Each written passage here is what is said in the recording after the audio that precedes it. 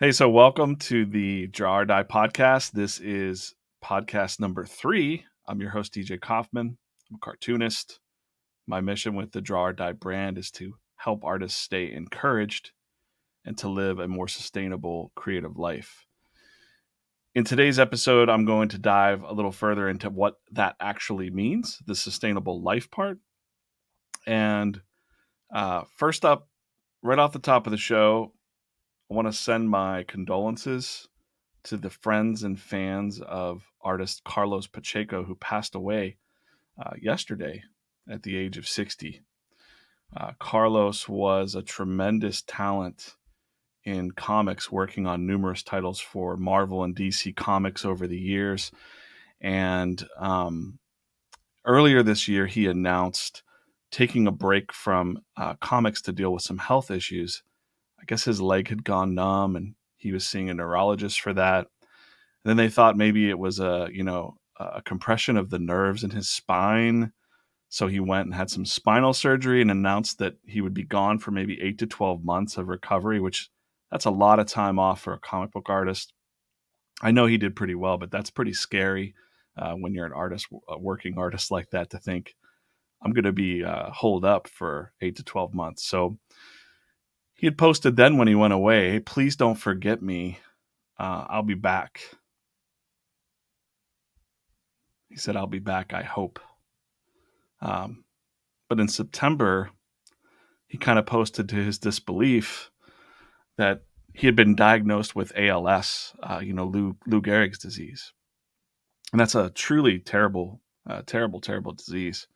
And even though he knew that he was like facing, what was facing him, um, he wanted his fans to know that he lived a life that's gone beyond his wildest childhood dreams.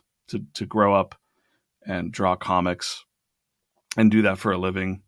He said, "Nobody feel bad for me. I'm a lucky guy that he was able to do that through his wildest childhood dreams." So, wow. On September 28th, he had posted his very last piece of art for Marvel Comics Damage Control number 2. And anyways, very sad. 60s far too young. It's been a crazy tough year for uh, the comics market, losing a lot of artists like George Perez, Tim Sale, Neil Adams, Kim Jong-gi. Um, yeah, it's just been quite a heavy a heavy time in comics. A really sad time for comic fans and creators.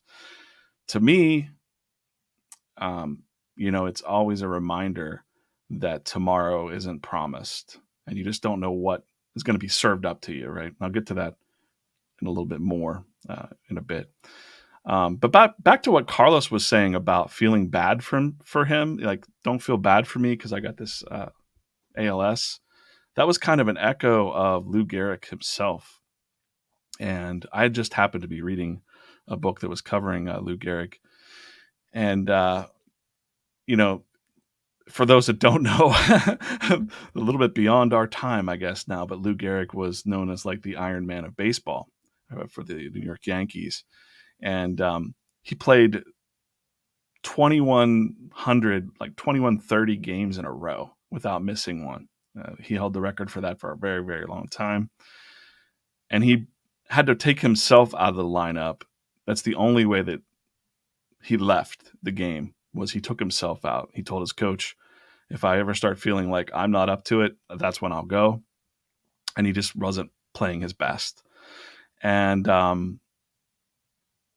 he retired at the age of 36, which it just seems crazy. Like 36 seems like so young to me now. But 36 years old, guys, like that's crazy young. Um, he has an iconic farewell speech at Yankee Stadium where he talks about being stricken with this disease. He calls it a bad break. He said, "Hey, you might have heard that I got a bad break." And he said, "But don't feel sorry for me," because he considered himself the luckiest man on earth. So truly incredible story. I bet Carlos knew that story. Um, just the way that he responded, the way he was responding to this diagnosis, it's just quite a way to go. He says, don't worry about me. I live my dream. But hey, 60 is far too young in my opinion. So anyways, yeah, there's a great chapter in Ryan Holiday's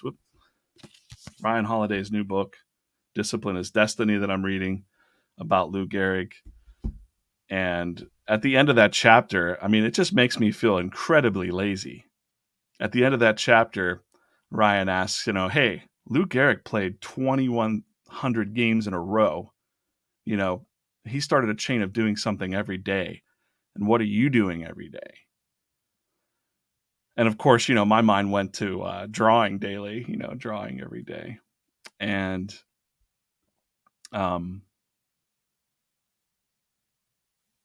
so what are you doing today? Right? And of course, that really did make me think of like, wow, how I used to romanticize the daily comic strips. I think when I was a kid, I wanted to definitely be a daily comic strip artist, whether it was adventure comics or humor strips. Those were the first things that I ever tried to submit into, sending away to syndicates and things like that, putting together my 3 months of samples. And, that's a ton of hard work to get done doing a daily grind, but I really romanticize about it, even to today. So my wife will say, like, don't do that. Do not launch a daily comic strip. Don't do it. If somebody would pay me to do it and pay me handsomely to do it, I would be drawing a daily comic strip. I still romanticize about that. And who knows? You never know what's going to happen, guys. My wife's not here right now, so maybe I'll launch a daily comic. No, I won't launch a daily comic strip. Don't worry about that, Alicia. Don't worry. But yeah, this is a damn shame, So raising a glass to Carlos Pacheco, crossing the Rainbow Bridge into the great unknown. Thanks for all he left behind for us to absorb and learn from. And thanks for the grace in showing us all how to go. So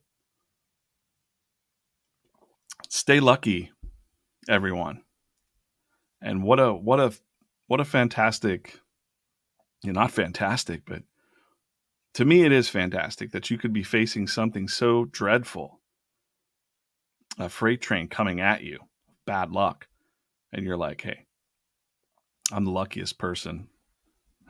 If they still feel like the luckiest person on earth, it's incredible. I don't know if I could ever have that much grace. It's very scary to think about those kind of things to me. And that said, it's been a tough week for me, so I didn't even think I was going to come live tonight.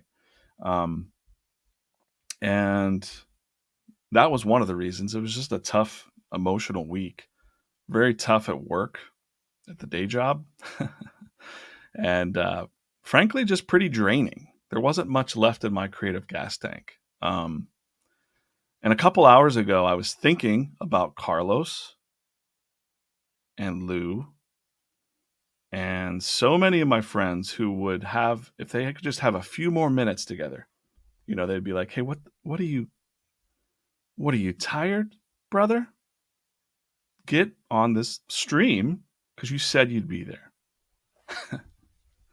But yeah, this week was very tough. And I did draw, but nothing really that I felt that I was putting on paper or pixels just didn't feel like it was worth showing to the world.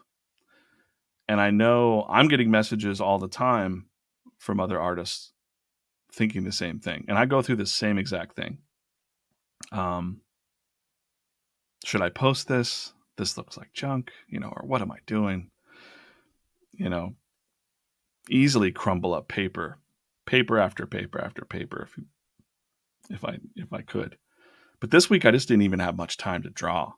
So even though I did draw every day, I just was not happy with anything I was doing. It just felt like the corporate world stuff that I deal with was really draining into my creative spirit.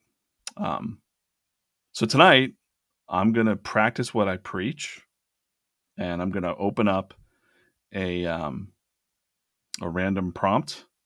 And I'm going to try and draw it out live here while I talk about some other issues and maybe take some of your questions and just talk together for a little while and and see how it goes. And that's what was on my mind.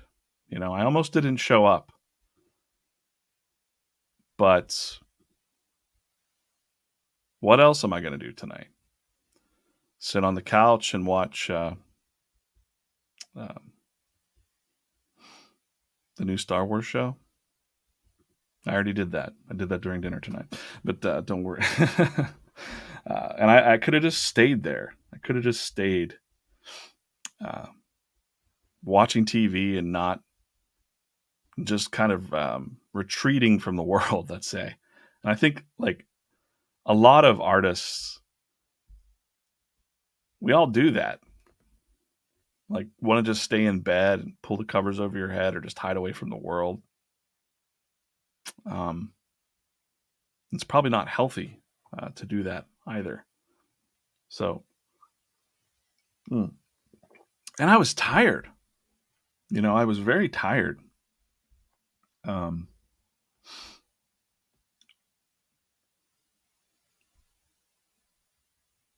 Realistically, I get up at 5 o'clock in the morning. I'm supposed to be, doing some things for myself, but lately, other life things keep climbing into those early morning hours, and that really just does not set my day very well. Um, but it's your own fault. You got to kind of discipline yourself to push through that, whatever that thing is. For me, it's a little bit of day job stuff. And we're going to get into that too as I talk about sustainable creative life um, this time as I'm drawing. And so let's look at this creative prompt today. Um, the clock stopped at 3 a.m. I'm always thinking about 3 a.m. and the witching hour. That's kind of a cool hour. I don't know what I'm going to draw here. Turn this layer off. Get in here to some pencils. See if that's sharing correctly. All right. Technology, don't fail me now. And boy, it's been a couple weeks. It's been a couple weeks of trial and error with this thing, and uh, the camera settings and the technology part of this side, I thought I had it down. And when I go and watch these playbacks, they're a little pixelated. The drawing part isn't. So that's why I'm going to keep myself pretty small. But either I'm just in like really Timbuktu internet land here in southwestern Pennsylvania. All right, let's start drawing something out here. All right, so the clock stopped at 3 a.m. Let's just give it a nice head there. Actually, I'm doing it wrong. I'm not even approaching this. See what I mean? I feel totally off tonight. I feel like I just can't draw. So this is what I usually do. And we're going to stick to it this time. Come on, Kaufman. You can do this. All right. I think it's because my pencil's not dark enough or something. All right. Usually I start with like a little thumbnail sketch of some kind. A little bit bigger. So I want to have this.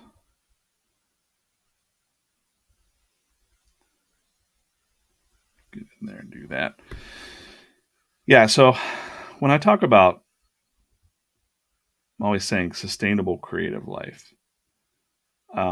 There's so many people that pursue a career in comics or tattooing or whatever. And you might achieve it, but I don't know that it's very sustainable for whatever reason. It could be that you're looking for benefits, steady income.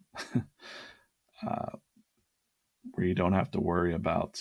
Let's see, it's at 3 o'clock, right? Can't even really see what I'm doing right now, but a little tiny sketch, like a little tiny thing, right? This is just kind of how I like to do the prompts every day. It's just, you can't even really make it out. But that's the fun part of this part for me is now I'll take that. I'm going to blow that up. Oh, let's go back. Keep it kind of uniform. Just blow it up as much as I can. All right, that's good. All right. Then I'll fade that out a little bit. And we'll just start from there as I'm going. All right. Yeah, so the sustainable career in art is not um, a regular reality, let's just say. And even if you do get a full time job of some kind inside of the chosen career, let's say it's animation or something like that, um, it's the same for almost everything. Uh, it could be fleeting.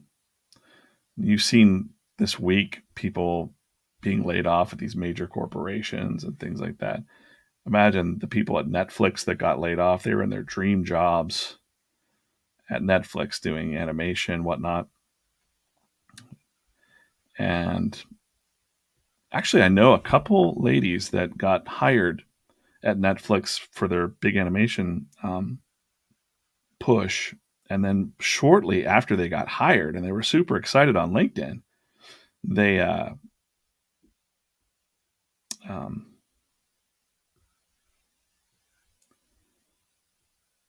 they got fired or they got laid off. They laid off their whole animation, um, you know, department or whatever.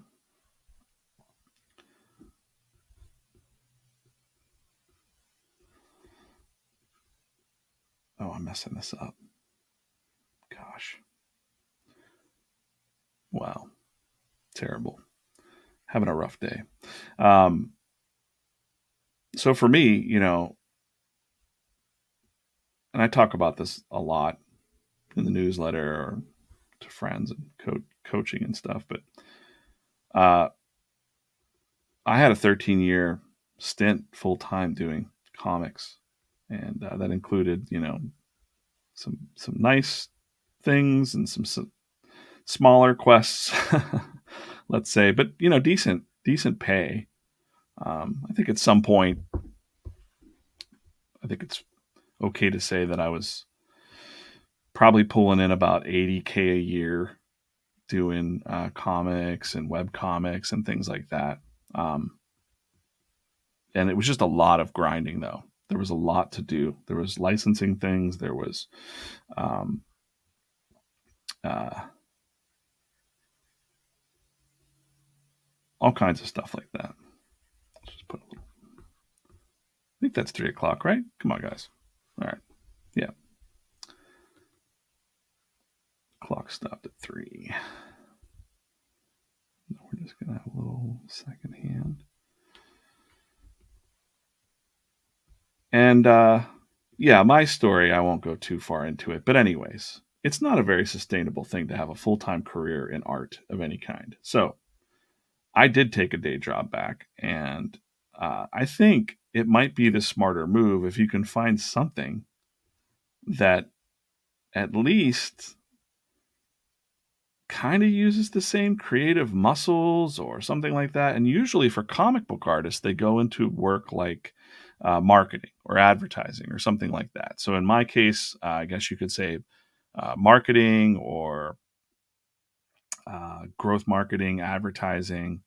I'm helping a lot of YouTube creators with their merchandise right now. That's kind of what I've been doing for like 10 years.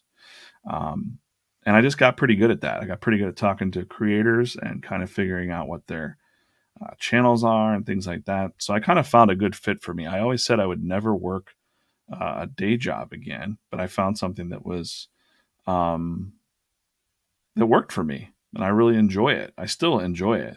Um, and especially if you're now, my kids are all grown now, but whenever I was full time doing art, it was tough to not have great health benefits or anything like that.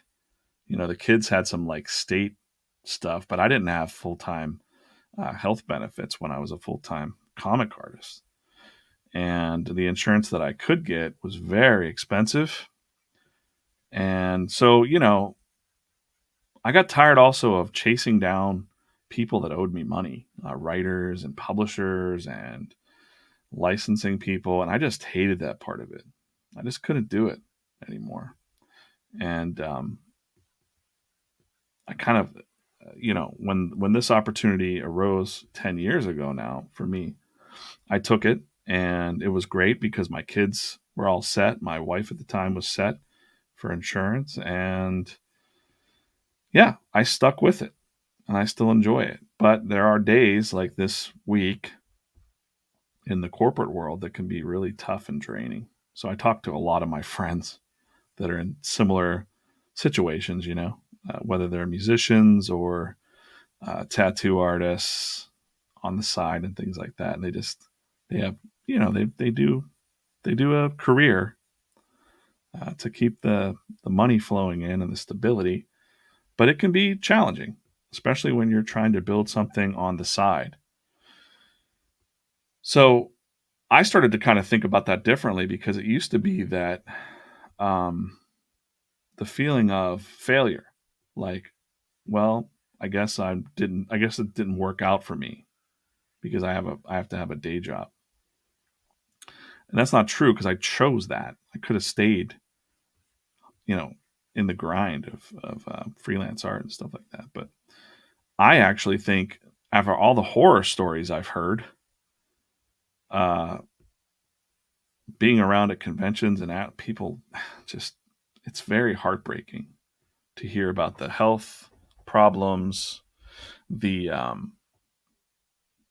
people losing their houses, you know, families getting broken up. I mean, it sounds like a nightmare. It's like, I don't know why anybody would choose this. And then you see the older, generations, when there's kids that are like, I want to be a cartoonist. They're like, oh, kid. You kind of start to understand what they're growling about. But I think now, and when I'm talking to other artists about this, there's no shame. I don't have any shame in saying, yeah, I have a day job, and I'm lucky that it's a creative job. It could be a very mind numbing job. I've got some friends that do art, and they're in finance all day, and it's not creative. It's very numbers based, and they're even more drained at the end of the day, and they still summon the will to do their side comics and projects.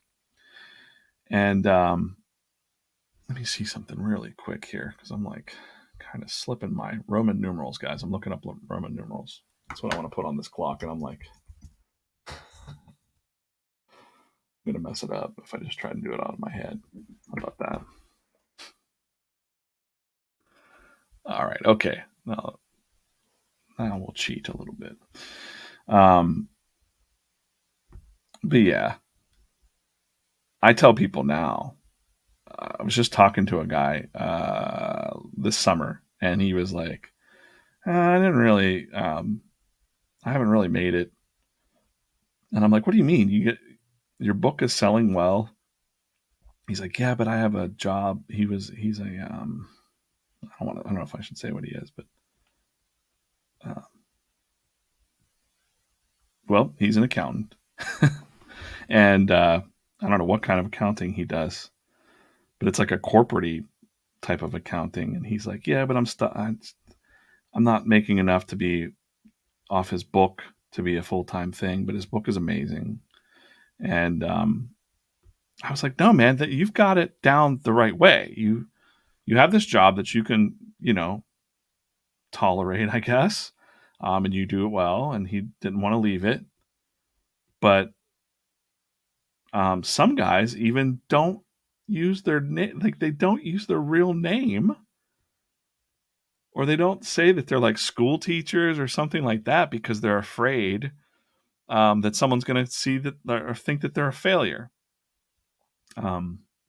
because they have a day job. And I'm like, have you seen the guy? Do you know the guys that are full time in comics? How much money they make? It's not much money, guys. Like, it's just not. I mean, artists can live pretty cheaply, so that's good. But man, um, you know, to not have the benefits and not whatever. So I guess what I'm saying is the more sustainable creative life, it's okay to have your day job and still do the things on the side, but you must do them then. So there can't be a whole lot of I want to do this, but I'm da da da da da. Right? Like me, for instance, where I've got a lot of projects on my plate, but I only have limited time. I wish I had more time to work on my projects, but realistically, I don't. I have to put in sometimes 10-hour work days, and it can be challenging. And in my mind, at 5 o'clock in the morning, I'm thinking, I got this. I can. I'm gonna work on my graphic novel tonight, and then tonight comes, and it's just no, it's not happening. I'm not happy with this drawing that I'm doing right now.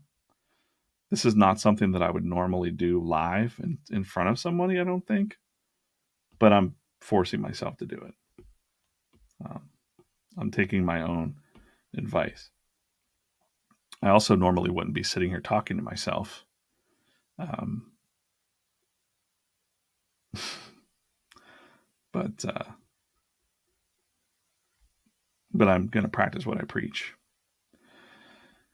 And that's exactly it. I mean, this week was not my favorite week at work. And I was rethinking a lot of stuff, dealing with a lot of just things. I still like my job, mind you, but it's just not, some days just aren't jiving. And I'm sure that a lot of you out there are dealing with the same thing. So, the masks that people put on, especially on social media, about how great their life is or whatever, I don't try to do that. I'm going to try to always give it to you straight. And it's challenging. I want to encourage you to draw every day. But then I'm like not drawing every day. So I couldn't do that tonight. I had to come on here and make that happen.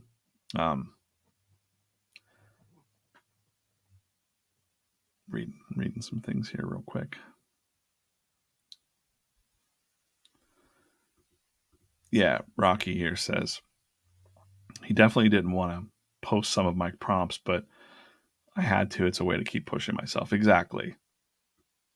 Not only for that, Rocky, but if it's like you're not going to get better unless you're doing it, right? And if you're not doing it, you're wasting time. And then that gets back to the beginning of this, talking about we only have so much time. And even if you thought you had more time, you might not have more time. Carlos Pacheco didn't think that he was going to get diagnosed with ALS. He thought he just had a sore back, or a pinched nerve, right? So all those things that we put off, like the daily comic strip or something, you got to find a way to do it.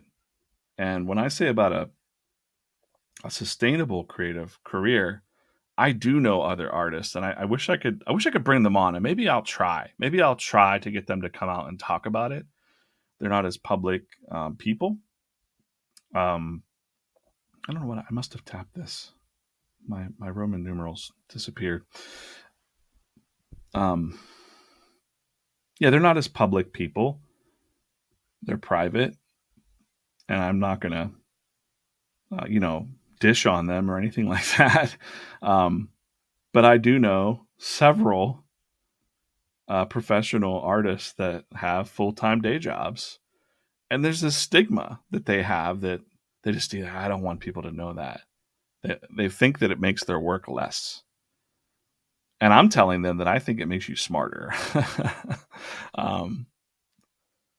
One story that most people don't know, Will Eisner, if you don't know who Will Eisner is, I'm not going to grab books off the shelf, but Will Eisner, the Eisner Awards in comics are named after him. I guess pretty famous for coining like the graphic novel phrase too. Creator of the Spirits. He made the majority of his money drawing non-fiction comics for the government, not in the comic book industry. He went and did the manuals for soldiers, even after like the wartime stuff. He was still contracted with the government. He did freelance illustration work for the government, and that's where most of his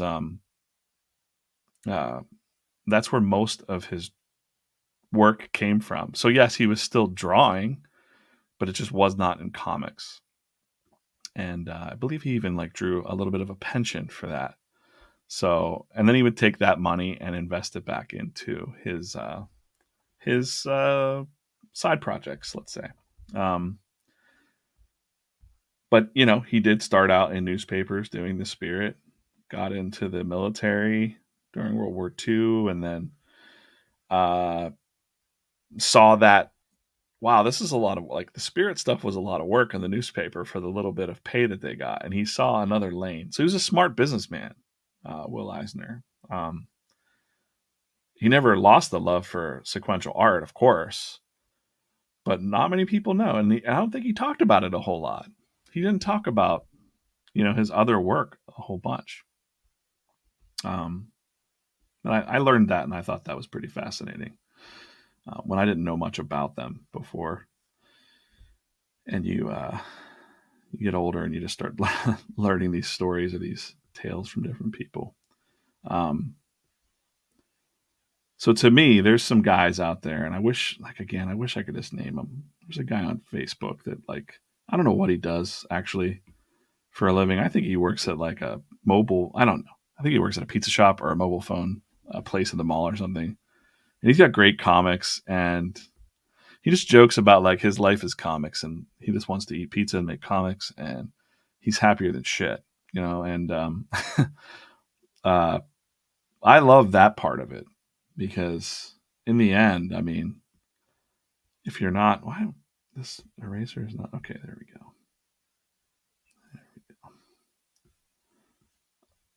In the end, it's just, what are you going to spend your time on? So when I'm taking a walk, especially, I'll think about the comics part. The part that, my wife doesn't really want me to kill myself doing, as far as being romanticizing about daily comic strips and things like that. It's a lot of work. I've tried it, even with a full-time job. I tried those schedules where I'm like, I'm going to do this. And I'm going to show everybody that I can kick ass, and look at this. I'm amazing. And no one really cares. And I wasn't doing it to impress anybody either, kind of just like proving it to myself. There's a framework, a mental model, they call it, that really successful business guys use. As a matter of fact, I didn't think I'd talk about Jeff Bezos tonight, but the mental model known as regret minimalization is what made Jeff Bezos decide to start Amazon. So he had a really cushy job in Wall Street, and he was very comfortable. And he had the idea for Amazon, and he kind of knew inside it would work, just in his heart of hearts. Everybody else thought he was crazy. So he took his boss aside, and he was like, hey, yo, I'm going to do this crazy thing where I'm going to sell books on the internet. And his boss took him for a walk and said, Jeff, that sounds like a great idea, but not for somebody that has a day job. And and so Jeff Bezos was like, yeah, you're right. So he went home and talked to his wife, and he said, hey, I'm going to do this crazy thing. And his wife had married him, and he had this cushy job on Wall Street. And here's he is saying he's going to do this crazy thing. And she said, I'm all in. I'm with you. Most artists don't get that. You don't get that kind of support. But his wife, Jeff Bezos, was like, hey, let's do it. Kind of worked out for her, right? But anyways, he said that his main decision was based on regret minimization. And that is when he thought to himself in the future, 80 years old, on his deathbed, what would he regret not doing it? Or would he regret, even if he did it and he failed at it, would he regret failing at it? No. But if he had never tried doing it, he would have regretted that. And that kind of hit me hard this week when I read that somewhere on the internet. And I thought, man, God dang it. But I have tried to do daily adventure strips. It's just that nobody wants that anymore. And I don't really care that nobody wants it anymore. I still want to do it. And I want to try to figure out how to redo it or bring people with me to do it. And most people that hang around me long enough know that I'm trying to get you to draw 4-panel comic strips and things. And yeah. But the regret minimization mental model, Jeff Bezos did not make it up. He just used it to make his decision to quit his job and go do that thing. And it really worked out for him. Now, another mental model is the 80-20, the Pareto principle. And that kind of says that like 80% of your results are coming from 20% of your actions, and everything else is just a waste. And it works out in nature that you're like 80% of your friends suck and 20% of them are good. And you should just keep focus on 20%. So it's always 80-20. If you're a little, like if they say, well, if you're overweight, probably 20% of something that you're doing bad in your health is contributing to 80% of your unhealthiness, let's say. And I guess this really does work out with science. So they do this with marketing. They do this with all kinds of data stuff. And if you can figure out what part, and so to me, I'm trying to apply that to comics too. When you think of the 80-page graphic novel that people start and never finish, I think, well, wait a minute, you can still get the reward of telling a story in 4 panels a little over a time and get that hit of, feeling about doing it without waiting for 80 pages that no one's going to like read, or they're going to blast through it or something like that. Or you're going to feel like you failed and you didn't finish it. But if you're doing like a 4-panel storytelling over time and releasing those in little bits, you're getting some sort of satisfaction as you go, and you can kind of twist it and turn it. And that's what the old comic strip artists did. Milton Caniff and all these other legendary guys, Scorchy, Noel Sickles, and Alex Raymond. They all kind of worked in that way. They had a loose plot, and they just kind of figured it out as they went, and they really fed off of their readers. They loved the fan mail, and that's what webcomics were to me. When I was doing webcomics full time, there was always this give and take between the readers, the haters, the lovers of it, and it just kind of energized it and kept it going. Webcomics kind of has fallen off from that, the way that it used to be back in my day of webcomics. So webtoons and stuff like that just don't have that same vibe as the original web comics that were out there. I can't quite explain it. I can't quite put my finger on it. But there was an energy in the excitement of web comics and back then. And somebody, I think 1999, 2001, 2002, when I'd started doing stuff for like Brian Lynch and things like that online. But there was also, right before that, there were people that were doing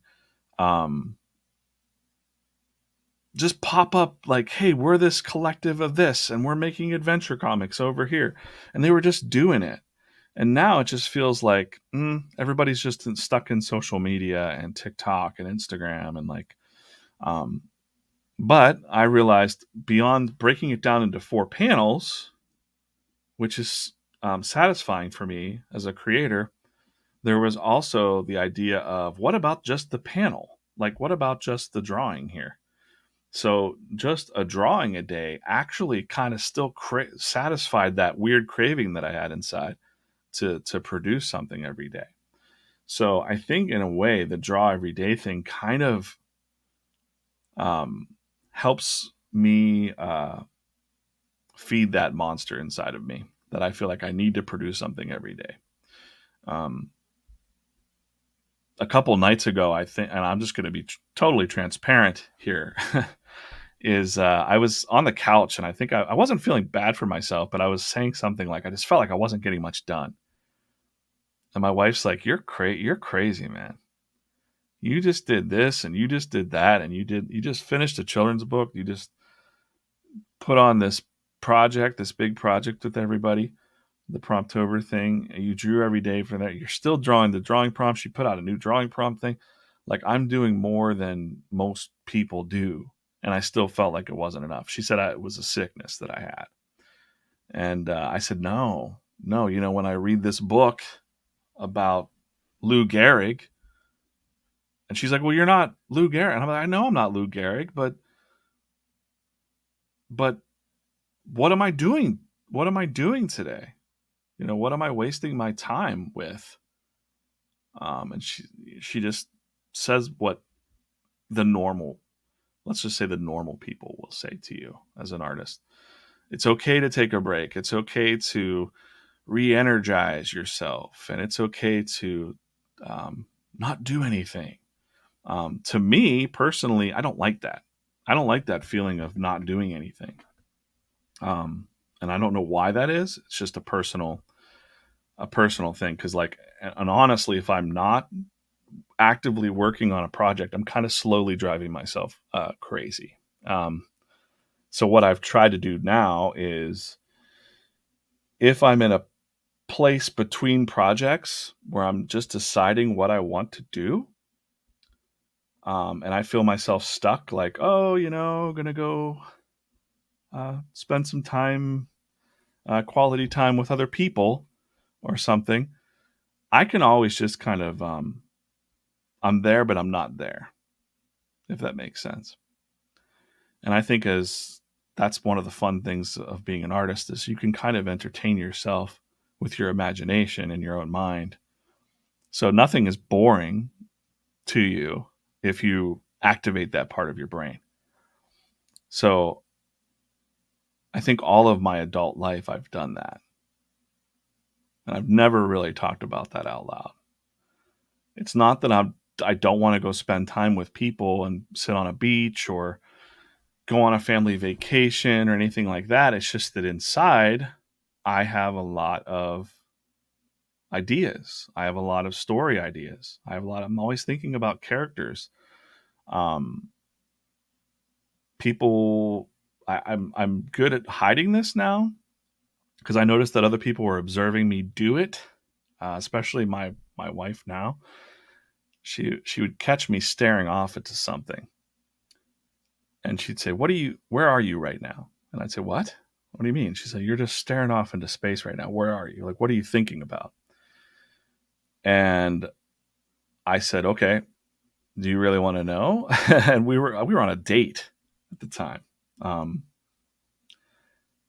And she said, "Yeah, what are you thinking about? You're just staring off into nothing."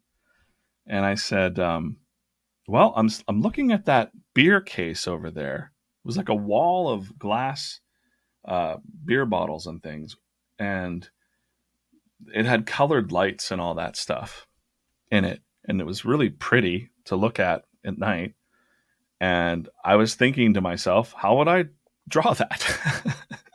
So, um, how would I use color in that? Like, what would I put down as the base color? And like, that's how my brain is always going. And I've talked to some other artists about this too, and they get it. They're like, yeah, I do that. I do that. I'm better at hiding it now uh, in my 40s than when I was a space cadet, probably as a kid, or even in my 20s when I was really checked out sometimes. Uh, or, I'll just kind of like listen to, uh, might sound crazy, but you're like, I'm listening to the characters. I'm listening to the story in my mind. Like I'm listening to what's coming through. That sounds crazy, but I can do that anywhere. I can do that almost at any time. It's a nice imagination game to play as well, but that's how my brain is always working. It's also really great for boring meetings at work when you shouldn't be on a meeting and you're like, this has nothing to do with me. I'm gonna, I'm now gonna think about some story I'm gonna write one day. uh, yeah. So I think I think that a lot of other artists can relate to what I'm saying, but not a lot of non-artists can relate to what I'm saying. I don't want to say normal people because we're not. It's not that artists aren't normal. Um, but I've had common folk tell me like, "Oh, that's not great. You need to make sure you're present with the people around you that you love." Of course, I am. It's just that my brain works differently. It works quite a bit differently. When I'm looking at things, I'm observing things.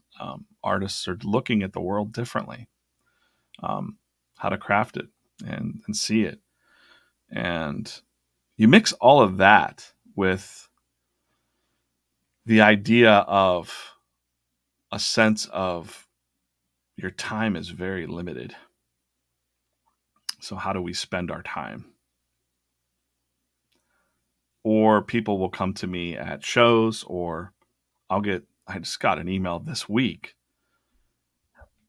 from, I don't know how old the person is, but just the very common message is like, how do I do this for a living?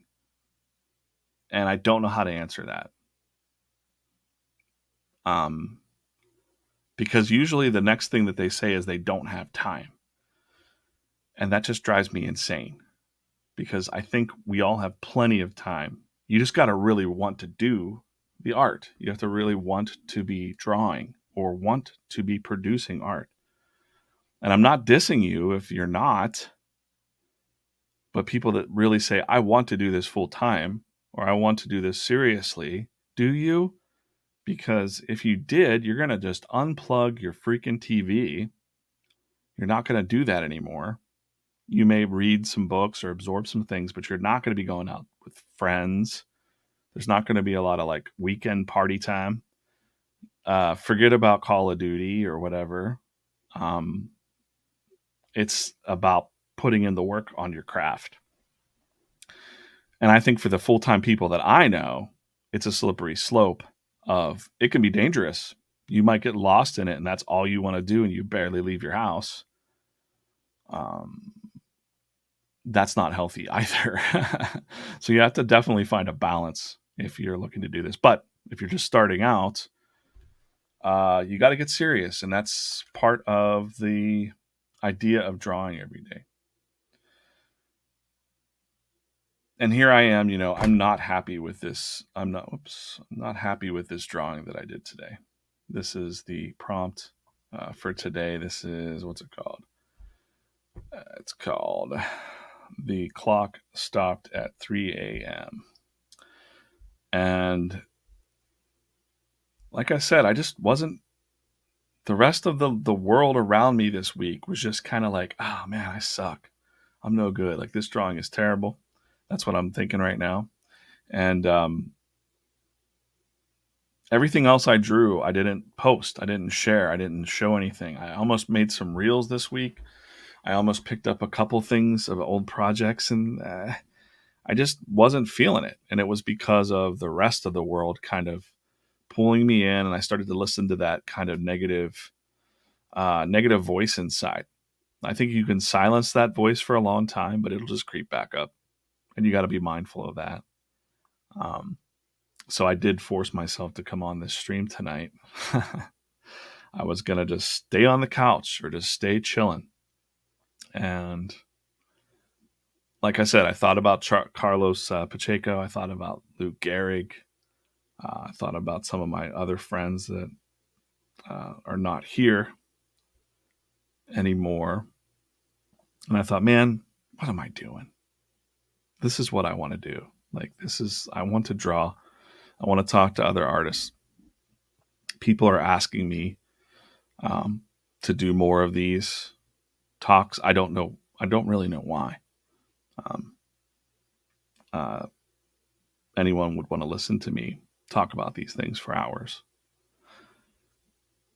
But I think in a way it does something for me too, to just show up and be here and show you, or maybe it inspires you to kind of show up and do whatever you're doing. You don't have to get on a live stream, and you don't have to have fancy tools or anything like that.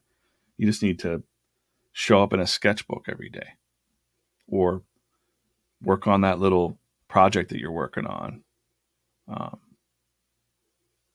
your side quest, as the artist Andy J Pizza calls them, side quests, not side hustles. And yeah, that's all you have to do, is show up, and not even in front of anybody. You just got to show up for yourself. Um, and I'll try to keep doing that too. So I'm glad that I got on tonight and drew this really terrible picture of a clock. But that's okay. Again, I think that's fine. I even tell other people, like, you're not going to be happy with your own work sometimes. Will I post this? Probably not.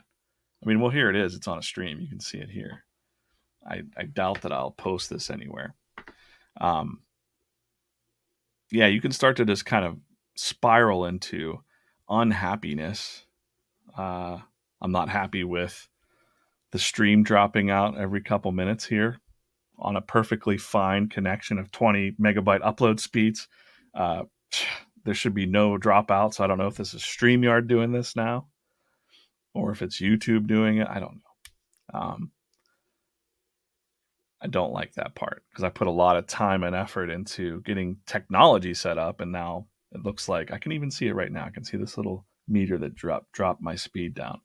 There's absolutely nothing else going on. So that technical part is stupid. I just want to draw things live on the internet with people and talk about things, and I got to look all pixelated and stuff. I don't like that. Yeah. You could, yeah, it's like a tech, that tech nightmare problem can just really drain, can feel like work too. Like, man, I did so much back and forth of sample tests and things on these stupid streams, but it's a learning process, and I feel good about it. You get excited because you're like, I figured it out now, right? And I feel like that's the same thing with something that you can't draw.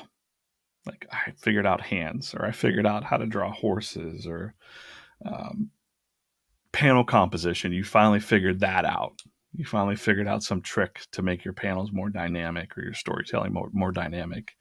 Those kind of riddles are the things that you should be really trying to figure out, not how to do a live stream, or be some influencer, or worrying about social media stuff. It's great to build an audience. It's great to have people paying attention and watching you. But if you're not doing the actual work, it doesn't even matter, right? So, all right, we're closing in here on an hour, so I probably will check out for the evening. Um, if you popped in to listen, or if you're listening to the replay, thanks for listening. So it's kind of a weird one. I didn't think I'd be talking about people passing away, or Carlos Pacheco, or even Lou Gehrig, a baseball guy, but it was on my mind this week.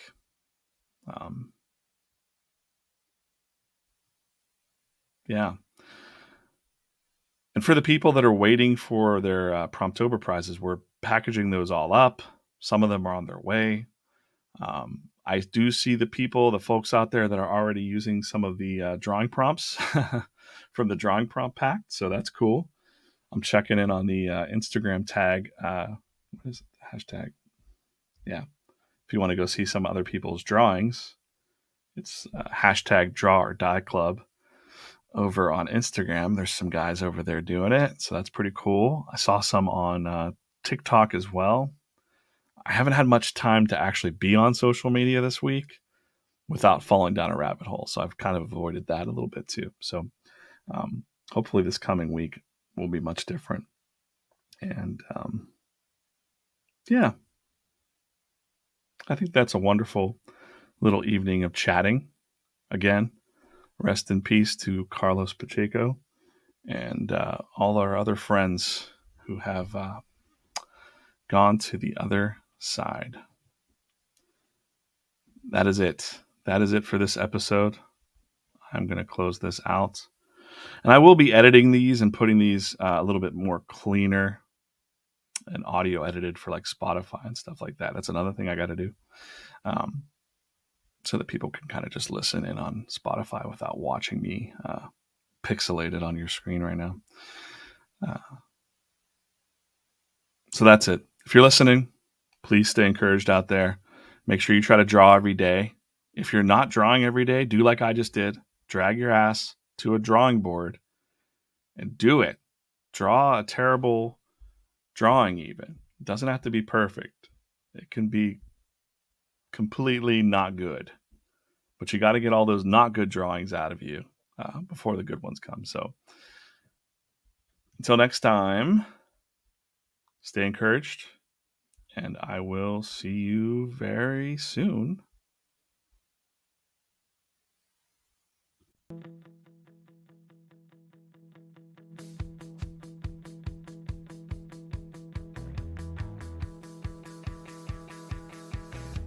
the outside